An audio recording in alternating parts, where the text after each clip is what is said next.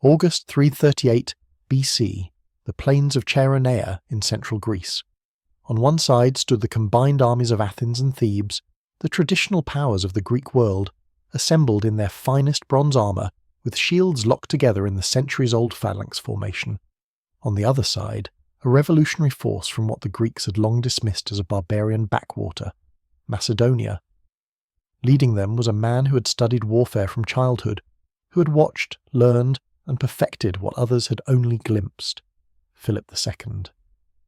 And beside him, an 18-year-old prince who would become the greatest conqueror the world had ever known.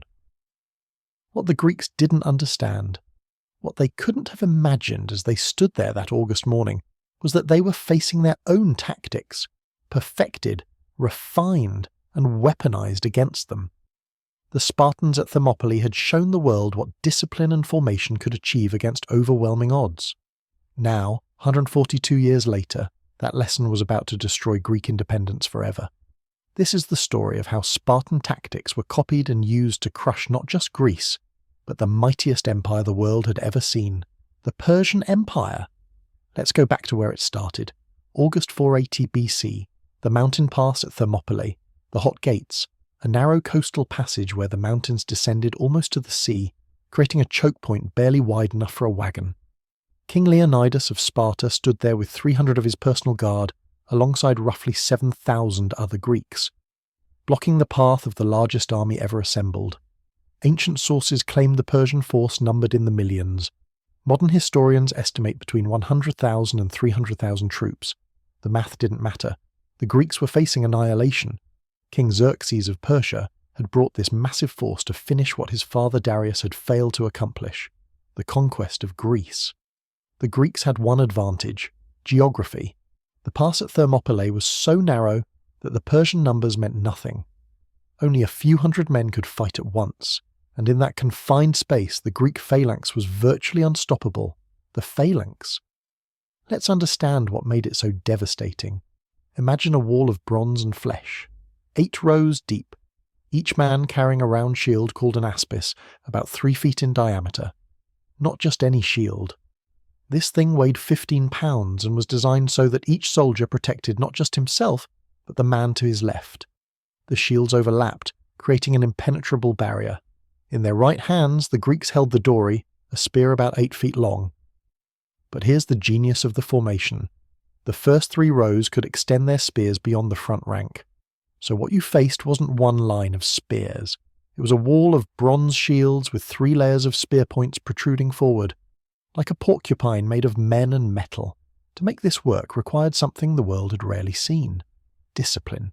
Absolute, unwavering discipline. When one man in the phalanx moved, they all moved, as one organism, one machine. The Spartans had perfected this through their brutal training system called the diadochi. From age 7, Spartan boys were taken from their families and subjected to a military education that made modern boot camp look like summer vacation. They learned to fight in formation before they learned to read. They practiced moving as a unit until it became instinct. By the time a Spartan warrior took his place in the phalanx, he'd been training for 20 years. When the Persians arrived at Thermopylae, Xerxes sent scouts to observe the Greek position. They reported something that must have seemed insane. The Spartans were outside their wall, exercising naked and combing their long hair. Xerxes sent a messenger to tell them to surrender. The Spartan response became legendary. Molon Labe, come and take them. For 4 days Xerxes waited, expecting the Greeks to flee. On the 5th day, he sent in the Medes, an elite Persian infantry unit. They charged the narrow pass in waves. What happened next defined ancient warfare. The Persians, accustomed to fighting in open terrain where their numbers and cavalry dominated, found themselves funneled into a killing zone. They carried short spears, or lighter armour, and fought as individuals seeking glory. They charged into a bronze wall. The Greek phalanx didn't charge back. It advanced, slowly, methodically. Shields locked, spears extended. An unstoppable mass of disciplined violence. The first Persian to reach the phalanx faced not 1 spear but 3, all aimed at him simultaneously. If he dodged one, the others got him. If he struck at a Greek shield, the man behind pushed forward, maintaining the line. The Persians crashed against this formation like waves against a cliff, and broke. Xerxes watched thousands of his men die without inflicting significant casualties on the Greeks. He sent in his immortals, the Persian elite guard, 10,000 of the finest warriors in his empire. The result was the same. The Spartans even used a tactical innovation that would echo through military history: the feigned retreat. They'd break formation and run. The Persians, thinking they'd broken the Greek line, would chase. Then the Spartans would wheel around, reform their shield wall instantly, and slaughter the pursuing Persians who were now caught out of position. For 2 days this continued. The greatest army ever assembled couldn't get past a few thousand Greeks in a narrow mountain pass. Then came the betrayal. A local Greek named Ephialtes, motivated by the promise of Persian gold, revealed a mountain path that circled around the Greek position. Xerxes sent troops through the night to outflank the defenders. When Leonidas learned his position had been compromised, he made a decision that would echo through eternity. He dismissed most of the Greek forces to fight another day, but he and his 300 Spartans stayed. Along with 700 Thespians and 400 Thebans, roughly 1,400 men remained to buy time for the Greek evacuation. They knew they were going to die. On the third day, surrounded on all sides, the Greeks made their last stand. The Spartans fought with spears until their spears broke, then swords, then when their swords shattered, with their bare hands and teeth. The Persians finally overwhelmed them, but at a cost that shook Xerxes. He'd lost somewhere between 10,000 and 20,000 men, taking a position he could have bypassed. The Greeks had inflicted a psychological wound that would fester. More importantly, the delay allowed the Greek navy to regroup and the city-states to prepare their defence.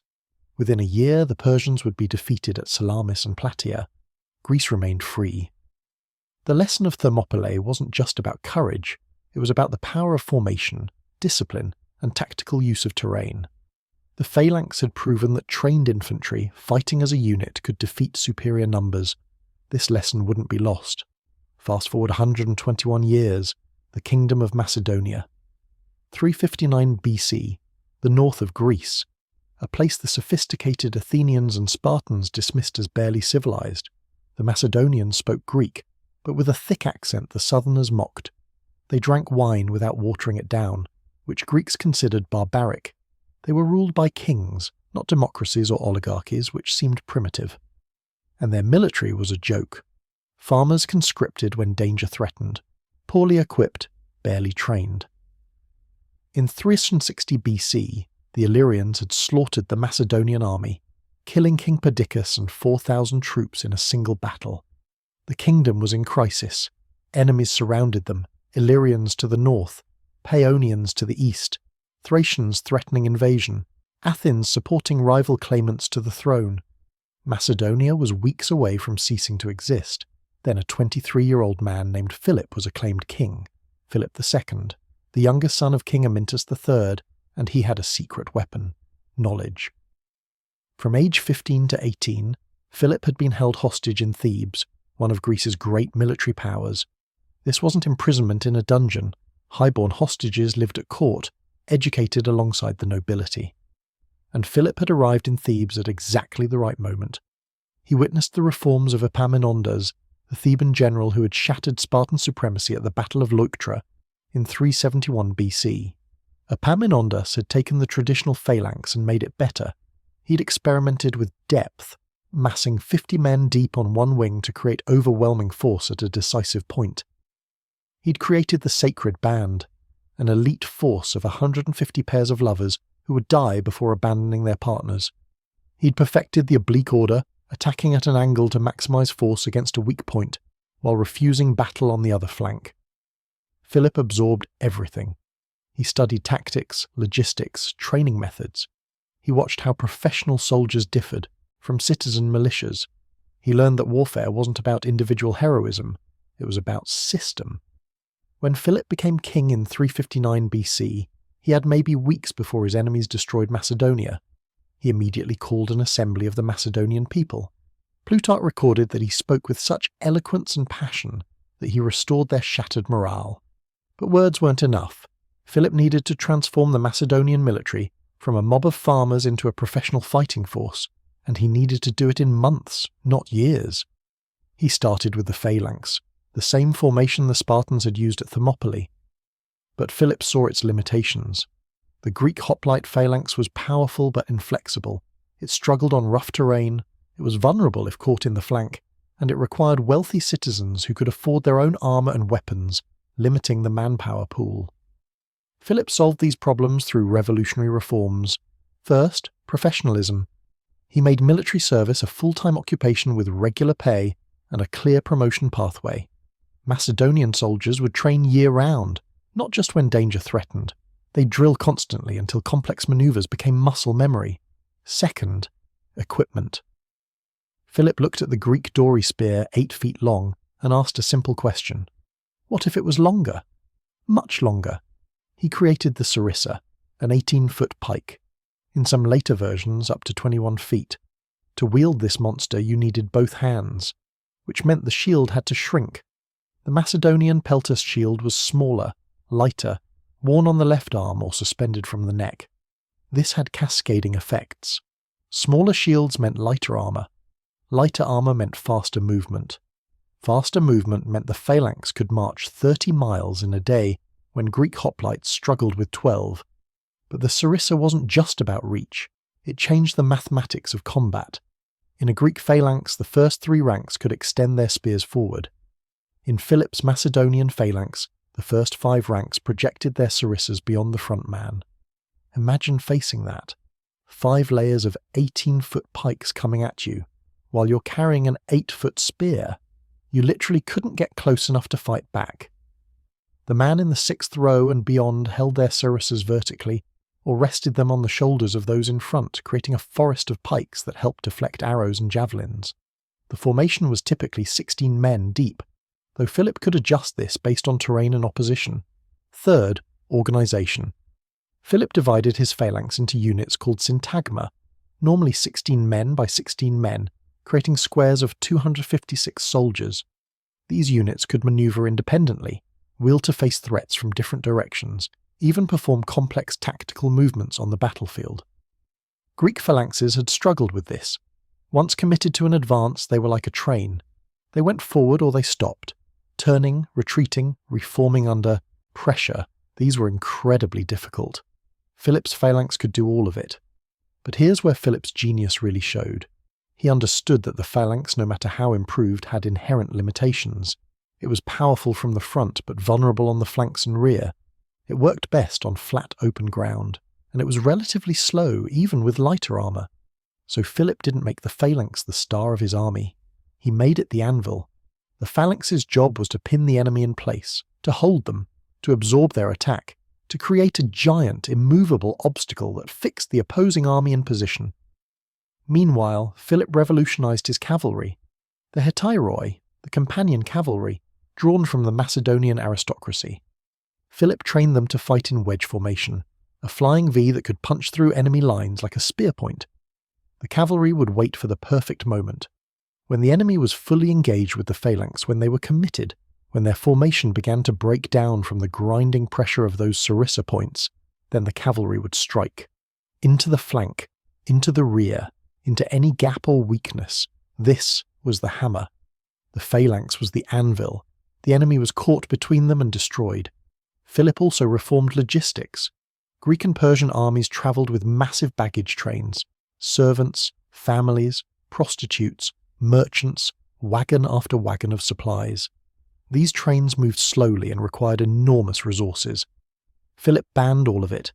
Each Macedonian soldier carried his own equipment, 30 pounds of grain, weapons and armour, personal supplies. He replaced slow oxen with horses and mules as pack animals. He created a logistics corps to manage supply professionally. The result was an army that could march twice as fast as any Greek force and appear where enemies didn't expect them. He even had a rule: 1 servant for every 10 infantrymen, 1 for each cavalryman, nothing more.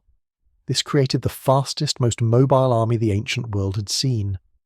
Philip also invested heavily in siege warfare.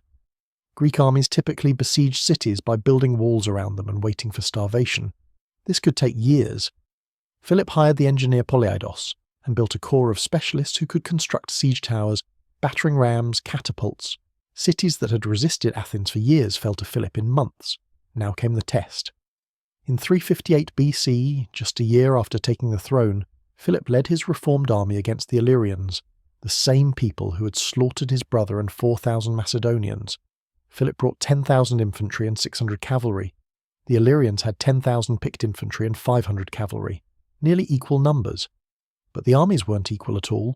The Macedonian phalanx advanced with its forest of sarissas. The Illyrian warriors charged bravely. And died. The longer reach of the Macedonian pikes meant the Illyrians fell before they could even strike back. When the Illyrian line began to waver, Philip and his elite cavalry smashed into their flank. The Illyrian army shattered. Philip had vindicated his reforms, but he was just getting started. Over the next 20 years, Philip would conquer the Paeonians, subjugate Thrace, dominate Thessaly, and systematically reduce the power of every Greek city-state that opposed him. He captured the gold mines of Mount Pangaeus, giving him the wealth to fund his military machine. He used that gold mines produced enough to mint over 1,000 talents of gold annually, enough to bribe politicians, pay soldiers, and fund his conquests. The Greek city-states, particularly Athens, slowly realized the threat. The orator Demosthenes delivered speech after speech warning that Philip would destroy Greek freedom, but the cities were divided, suspicious of each other, unable to unite. By 338 BC, Philip had manoeuvred himself into a position where he controlled most of Greece. Athens and Thebes finally set aside their historic rivalry and formed an alliance. They raised an army of about 35,000 men. Philip marched south with 30,000 infantry and 2,000 cavalry. The armies met at Chaeronea in Boeotia. This was the moment. The combined might of Athens and Thebes, fighting with the traditional hoplite phalanx that had defended Greece for centuries against the revolutionary Macedonian system. Philip commanded the right wing of his army. On the left he placed his 18-year-old son, Alexander. The battle began at dawn. The Athenians on the Greek left wing faced Philip himself. The Thebans on the Greek right faced young Alexander and the companion cavalry. In the centre, the two phalanxes crashed together, sarissa against dory, shield against shield. Philip deployed a tactical masterstroke. He ordered his right wing to slowly retreat. The Athenian militia, many of them citizen soldiers with limited combat experience, thought they were winning. They pressed forward, harder, faster, breaking formation in their eagerness to pursue. This created a gap in the Greek line. The Athenians lost contact with the Thebans in the centre. At exactly that moment, Alexander charged. The 18-year-old prince led the companion cavalry in a wedge formation straight into the gap. The Macedonian cavalry smashed into the Theban sacred band, the elite force of 300 warriors that Thebes had fielded for decades. The sacred band had never retreated, never surrendered. They fought to the last man. Surrounded, outnumbered, they were systematically destroyed. Meanwhile, Philip's feigned retreat suddenly reversed. The Macedonians turned, reformed their phalanx instantly, and charged downhill into the exhausted, disorganized Athenians. The citizen militia broke. Men threw down their shields and ran. The battle lasted only hours, but the outcome would reverberate for centuries. Approximately 1,000 Athenians were killed and 2,000 captured. The Theban sacred band was annihilated. The Lion of Chaeronea, a massive stone monument, still stands today marking where they fell. Philip had crushed the combined power of Greece's two greatest military states. After the battle, Philip made strategic political moves. He treated Athens relatively gently, returning prisoners and proposing an alliance. But Thebes received harsher terms. Philip established the League of Corinth, essentially a federal structure with himself as hegemon, supreme commander. All Greek states except Sparta joined. Greece was united for the first time in its history, under Macedonian control. Philip began planning his greatest campaign, the invasion of Persia. 2 centuries after Xerxes had crossed the Hellespont to conquer Greece, Philip would cross it in the other direction. To avenge the Greek dead at Thermopylae and Marathon, to conquer the richest empire in the world, he sent an advance force into Asia Minor under his general Parmenion. But in 336 BC, at a wedding celebration, Philip was assassinated by one of his own bodyguards. The circumstances remain mysterious to this day. The throne passed to his son, Alexander, aged 20. Many expected the Macedonian Empire to collapse. Rival claimants appeared. Greek cities revolted, thinking the young king would be unable to maintain control. They were catastrophically wrong. Alexander moved with speed that shocked his enemies. He marched north and crushed rebellions in Thrace and Illyria. Then he turned south. Thebes had revolted, believing false rumours that Alexander was dead. Alexander appeared outside their walls with his army before they knew he'd left the north. He offered terms. They refused. Alexander destroyed the city, completely. He razed every building except the temples and the house of the poet Pindar. He sold the entire population, about 30,000 people, into slavery. The message to Greece was clear. There would be no successful rebellions against Macedonian power. In 334 BC, Alexander crossed the Hellespont with an army of about 40,000 infantry and 5,000 cavalry. He was 22 years old. He would never return to Macedonia. The Persian Empire, founded by Cyrus the Great 2 centuries earlier, was the superpower of the ancient world. It stretched from India to Egypt, from the borders of Greece to Central Asia. The Persian king Darius III could call upon hundreds of thousands of troops, vast wealth, the finest cavalry in the world. Alexander had his father's army, the Macedonian phalanx, the companion cavalry, the tactics perfected at Chaeronea. And he had something else, an understanding that warfare was as much psychological and political as it was tactical. Alexander's first major battle came at the Granicus River in May 334 BC, just after crossing into Asia Minor. The Persian satraps, regional governors, had assembled an army to stop him. They positioned themselves on the far bank of the river, believing the difficult crossing would neutralize Alexander's advantages. Alexander didn't hesitate. He personally led the companion cavalry across the river, uphill, against the prepared Persian position. The crossing was nearly suicidal. Alexander was almost killed, saved only when his companion Clytus cut down a Persian noble who was about to split Alexander's skull with a sword.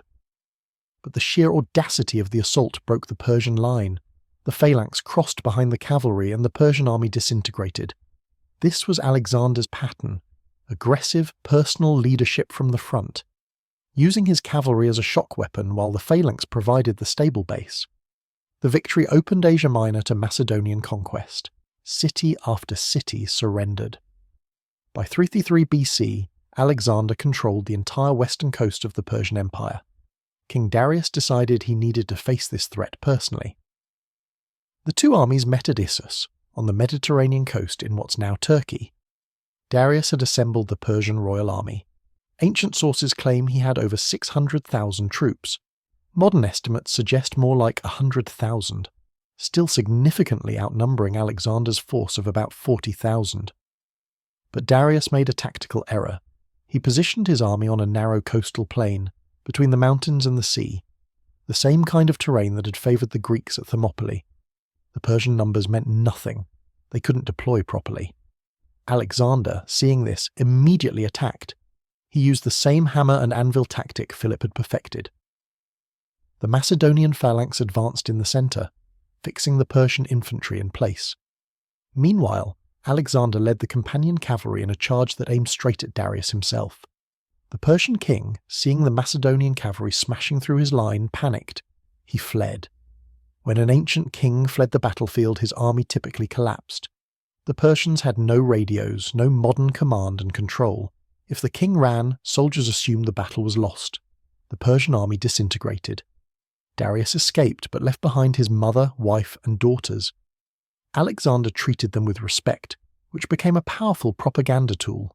Instead of pursuing Darius immediately, Alexander turned south toward Egypt. Every Persian stronghold in the Levant had to be reduced. The siege of Tyre took 7 months but demonstrated Macedonian engineering prowess. They built a causeway to the island city and brought siege engines that battered down walls that had never been breached. In Egypt, Alexander was greeted as a liberator. The Persians had been harsh rulers. Alexander was proclaimed pharaoh. He founded the city of Alexandria, which would become one of the great centres of learning in the ancient world. In 331 BC, Alexander marched back east to finish what he'd started. Darius had spent 2 years rebuilding his army. He'd carefully chosen the battlefield, the plains of Gaugamela, near modern-day Mosul in Iraq. Wide, flat, perfect for his cavalry. He'd even had the ground levelled so his scythe chariots could charge. Darius assembled everything the Persian Empire could field. Modern estimates suggest over 100,000 troops, possibly more, elite cavalry from every province, war elephants from India, Greek mercenaries, the finest troops from across the largest empire on earth. Alexander had approximately 40,000 infantry and 7,000 cavalry. The odds were roughly 3-1 against him. On October 1st, 331 BC, the two armies faced each other across the plain. Darius had learned from his mistakes at Issus. He wouldn't flee easily this time. The battle began with Persian cavalry attempting to envelope Alexander's flanks. Alexander had prepared for this. He'd positioned his phalanx in a defensive formation, with cavalry on both wings and light infantry protecting the rear. As the Persians tried to surround him, Alexander ordered his army to shift right, moving diagonally across the battlefield. This forced the Persian line to extend and thin as it tried to match his movement. It also moved the battle onto ground that hadn't been prepared. When Darius sent his scythe chariots, the Macedonians simply opened gaps in their formation. The chariots charged through empty spaces. Light infantry then surrounded and destroyed them. The Persian cavalry attack on the Macedonian left was fierce. They broke through and actually reached the Macedonian camp in the rear, but Alexander had positioned a reserve line specifically to handle this. The second line wheeled around and destroyed the Persian cavalry that had broken through. Meanwhile, Alexander watched the Persian centre. The constant manoeuvring had created gaps in the Persian formation. The moment he saw an opening, Alexander struck. He formed a wedge with his elite companion cavalry and the best units of the phalanx. Then he charged, straight at Darius. The wedge smashed through the Persian line like a spear through cloth. Persian soldiers scrambled to block the Macedonian king who was cutting his way toward their king. Darius once again lost his nerve. Seeing Alexander approaching with unstoppable force, seeing his bodyguards falling, Darius fled. He mounted a horse and rode east as fast as he could go. The Persian line collapsed. Soldiers watching their king flee began to run. What had been an organized battle became a rout. The Macedonian cavalry pursued for miles, cutting down fleeing Persians. When the sun set, Alexander had won perhaps the most decisive victory in ancient history.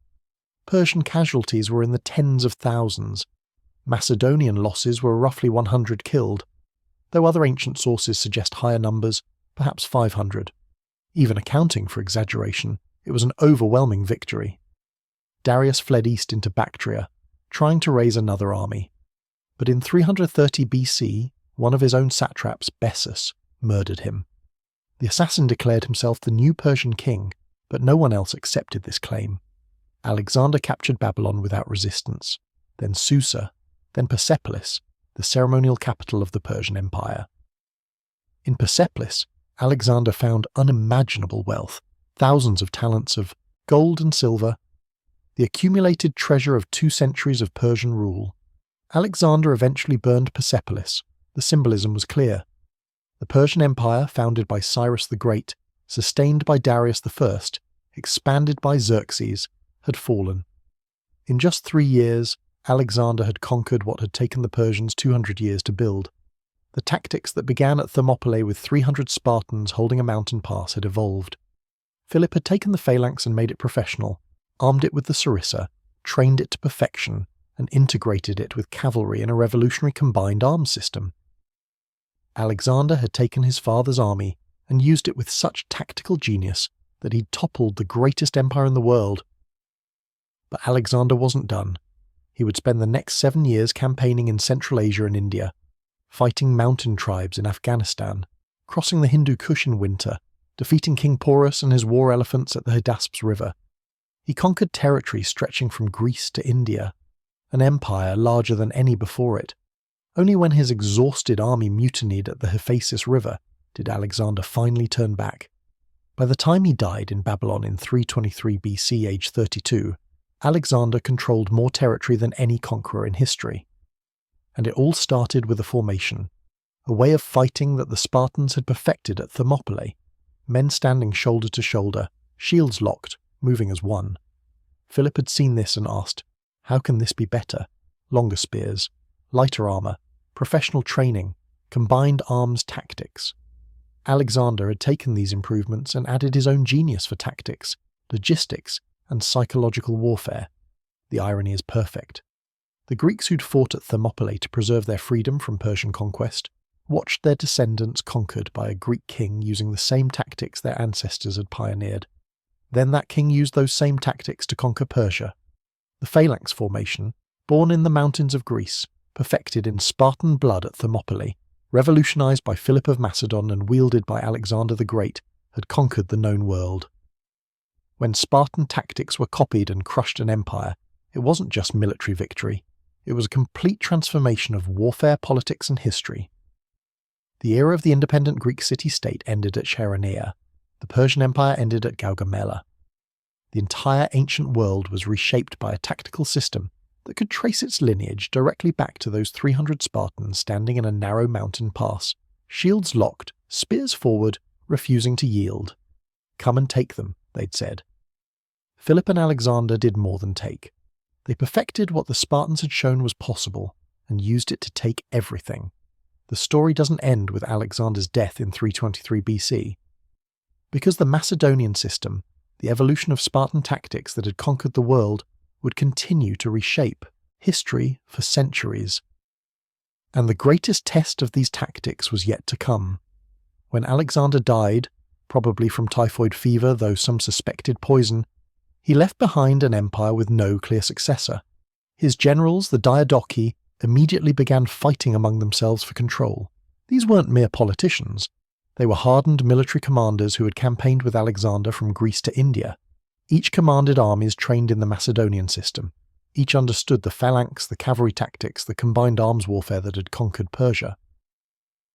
The wars of the diadochi lasted for over 40 years. Antigonus, Ptolemy, Seleucus, Lysimachus, Cassander. These men carved Alexander's empire into kingdoms that would dominate the Mediterranean world for 3 centuries. Egypt went to Ptolemy, founding a dynasty that would end with Cleopatra. The vast eastern territories went to Seleucus, creating an empire stretching from Syria to India. Macedon itself, along with control of Greece, was contested viciously until Antigonus Gonatas finally established stable rule. Each of these kingdoms maintained professional armies based on the Macedonian model. The phalanx remained the core infantry formation. The sarissa remained the primary weapon. The tactical doctrines Philip had established and Alexander had perfected continued to evolve. But here's what's fascinating. As these Hellenistic kingdoms fought each other, they encountered the same problem. When 2 Macedonian-style armies fought, the phalanx versus phalanx combat often stalemated. Both sides knew the tactics. Both used similar equipment. Victory increasingly depended on cavalry, terrain, generalship, and sometimes just luck. The Battle of Ipsus in 301 BC demonstrated this perfectly. Antigonus the One-Eyed, now 81 years old, faced a coalition of rivals. Both sides fielded massive phalanxes, over 70,000 infantry on each side. Both used elephants, cavalry, light troops. The battle was essentially Macedonian system versus Macedonian system. Antigonus' phalanx actually broke through the enemy centre, but his son Demetrius, commanding the cavalry, pursued the enemy cavalry too far from the battlefield. Meanwhile, Seleucus positioned 500 war elephants to block Demetrius from returning. The isolated phalanx without cavalry support was surrounded and forced to surrender. Antigonus died fighting. The lesson was clear. The Macedonian system required all its parts working together. Phalanx, cavalry, light troops, proper coordination. Break one element and the whole system collapsed. But these Hellenistic kingdoms weren't fighting in isolation. A new power was rising in the west, Rome.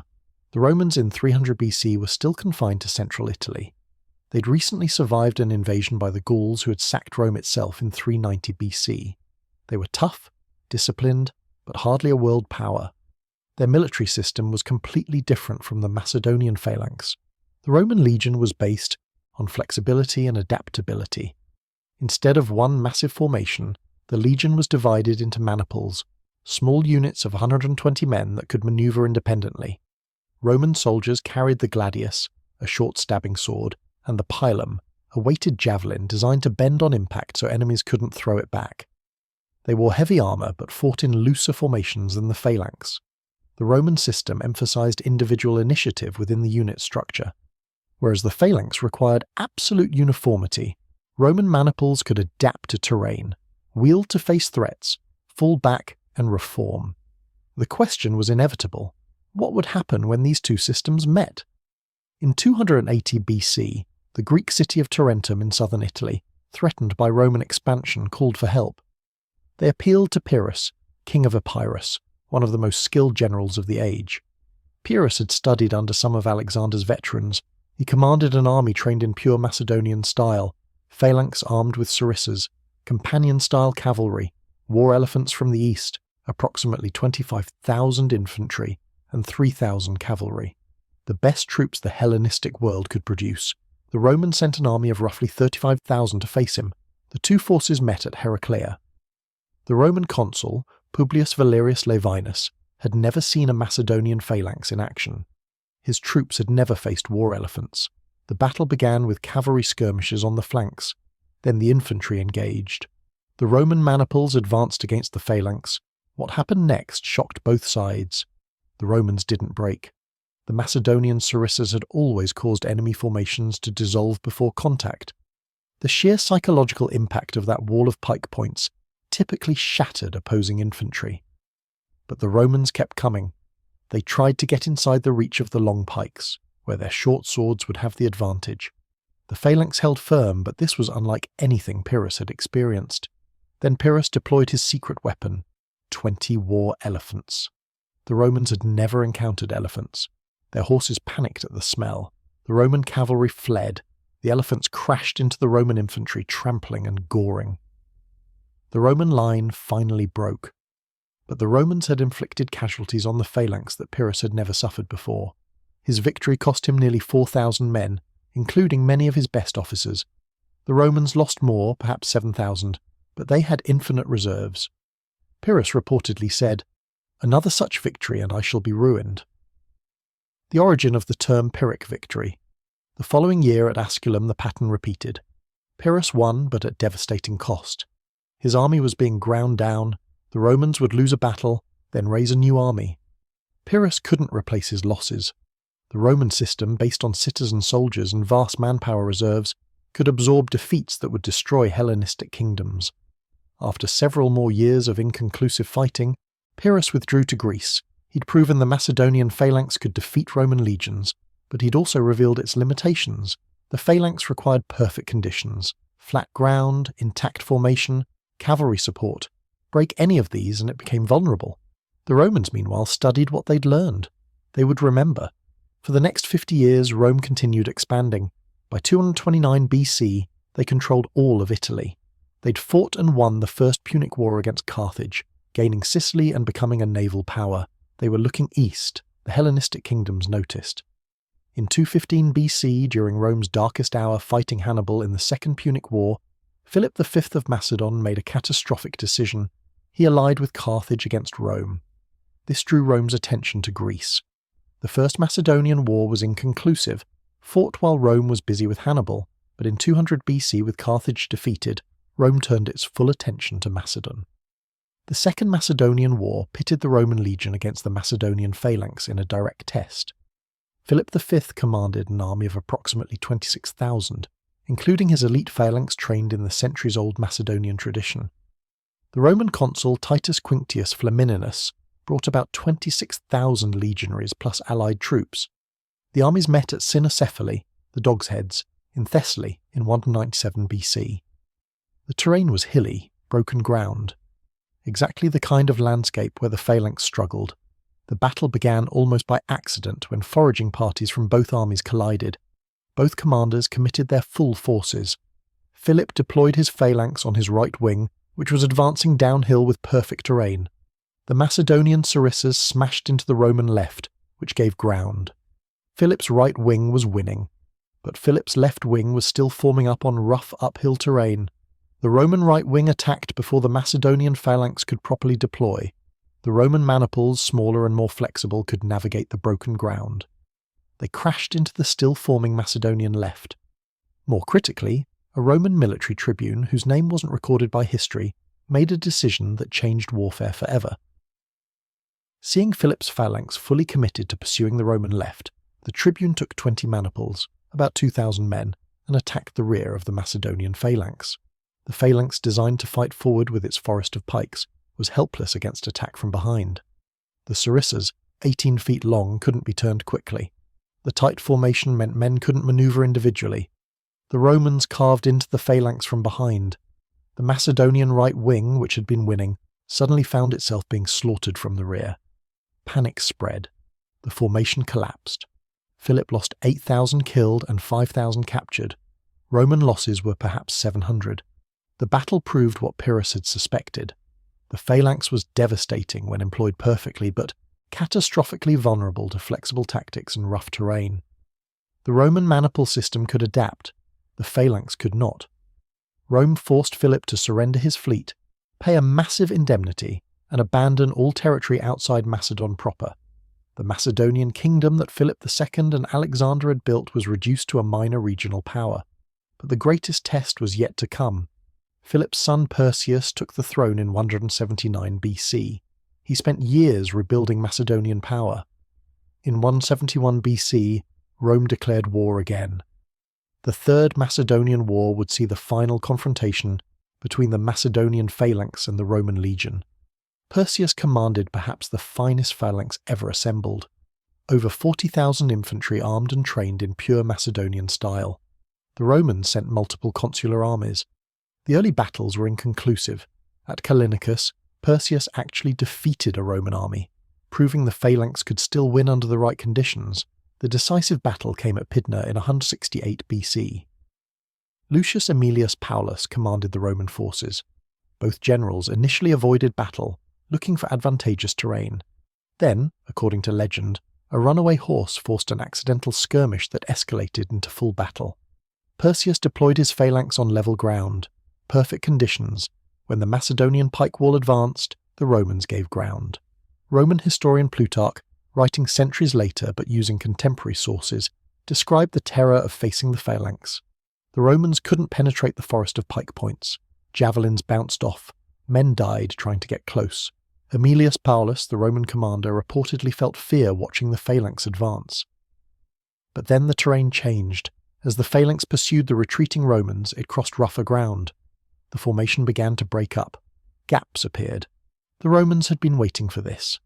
The maniples, flexible and adaptable, poured into the gaps. Once inside the phalanx's reach, where the long sarissas were useless, the Romans used their short swords with devastating effect. Macedonian soldiers, trained to fight in tight formation with pikes, were helpless in close combat. Individual skill meant nothing. The Romans systematically butchered the phalanx from within. Perseus watched his army destroyed. He fled with his cavalry. The slaughter continued until 20,000 Macedonians lay dead. Another 11,000 were captured. Roman losses were roughly 100. It wasn't even close. The Macedonian kingdom was ended. Rome divided it into 4 puppet republics. When those rebelled in 148 BC, Rome simply annexed the territory. Macedon, the kingdom that had conquered Greece and Persia, ceased to exist. The tactics that had dominated warfare for over 200 years had met their match. But why? Why did the phalanx, which had been nearly unstoppable for centuries, fail against Rome? The answer reveals fundamental truths about military systems. The phalanx was optimized for a specific type of warfare: set piece, battles, flat terrain, frontal combat. When conditions were perfect, it was devastating. But perfection is rare. The Roman manipular legion was designed for imperfection. It could fight on hills, in forests, in cities. Each maniple could maneuver independently. If one unit was destroyed, others continued fighting. The legion was resilient. The phalanx was fragile. More fundamentally, the systems reflected different societies. The Hellenistic phalanx required professional soldiers with years of training. This limited manpower. The elite phalanx troops were irreplaceable. Lose them, and you'd lost your military power. Rome had a massive population base and a system that could train effective soldiers relatively quickly. The manipular system was easier to learn than phalanx warfare. Rome could lose entire armies and raise new ones. They did exactly that during the Second Punic War, losing perhaps 100,000 soldiers to Hannibal, yet continuing to fight. There was also economics. Maintaining a professional phalanx army was expensive. The Hellenistic kingdoms relied on taxation of conquered territories. Rome relied on its citizen base and increasingly on the wealth of conquest to fund itself. After Pydna, other Hellenistic kingdoms got the message. The Seleucid Empire, still controlling much of the Middle East, tried to maintain its independence, but internal divisions and Roman pressure wore it down. By 63 BC, when Pompey annexed Syria, the Seleucid Empire was a shadow. The Ptolemaic kingdom in Egypt lasted longest, protected by geography and wealth. But even they couldn't resist Rome's growing power. When Cleopatra allied with Mark Antony against Octavian, the naval battle at Actium in 31 BC ended the last Hellenistic kingdom. Octavian, soon to become Augustus, annexed Egypt. The era that began with Alexander's conquest had ended. Rome controlled the entire Mediterranean. The supreme irony is that Roman legionaries who marched through Greece and Macedon passed monuments to the battles that had made the phalanx legendary. The Lion of Chaeronea still stood where the sacred band had fallen. The trophy at Thermopylae still marked where 300 Spartans had held the pass. These Romans were conquering the people who had perfected the tactics that had once seemed invincible. But the story of Spartan tactics doesn't quite end with Rome's victory, because the principles underlying the phalanx, discipline, cohesion, training, combined arms warfare, didn't disappear. They evolved. The Roman legion itself adopted aspects of the phalanx system over time.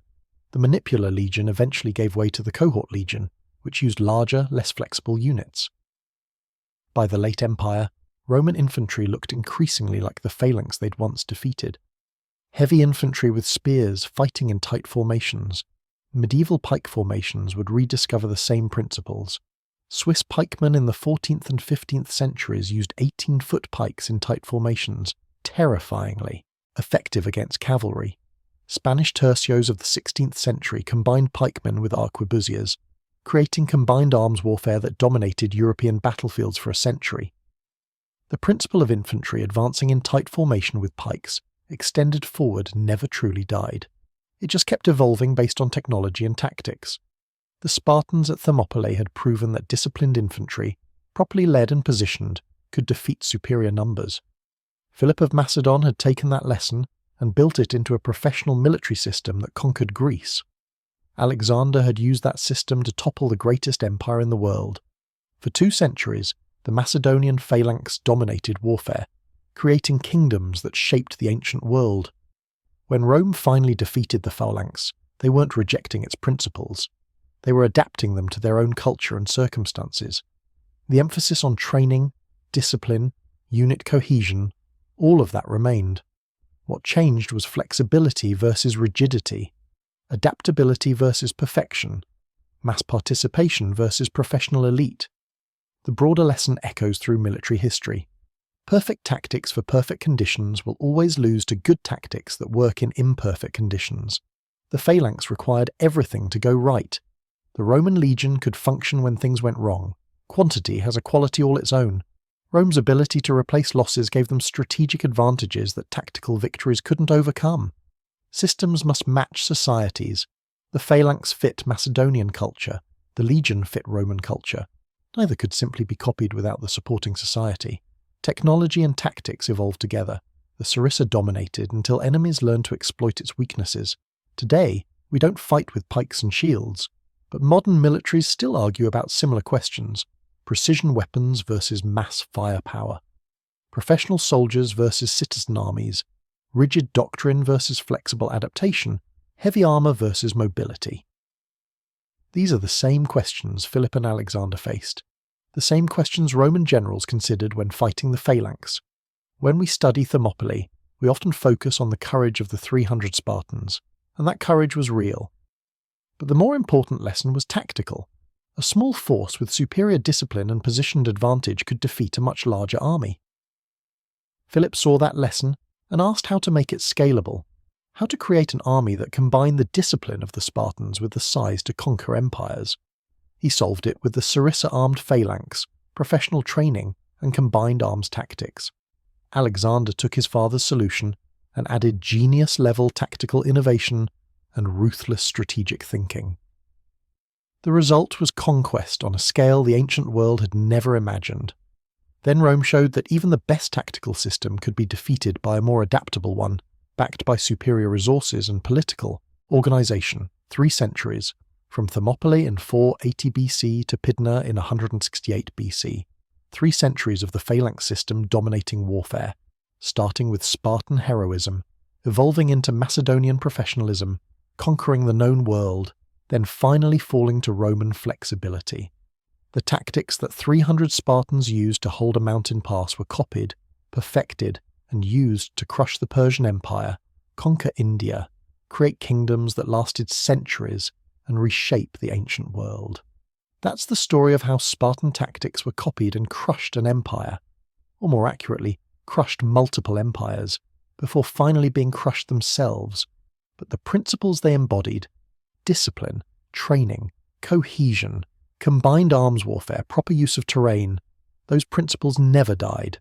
They just kept evolving, every time a modern infantry unit practices moving in formation, every time soldiers are drilled until complex maneuvers become instinct, every time an army combines different types of forces into coordinated operations. They're following principles that trace back through Roman legions, Macedonian phalanxes, and ultimately to those 300 Spartans standing in a narrow pass with shields locked and spears forward, telling the largest army ever assembled to come and take them. The tactics evolved. The empires rose and fell, but the fundamental truth remained. Disciplined soldiers, properly trained, well led, and fighting as a unified force can change history.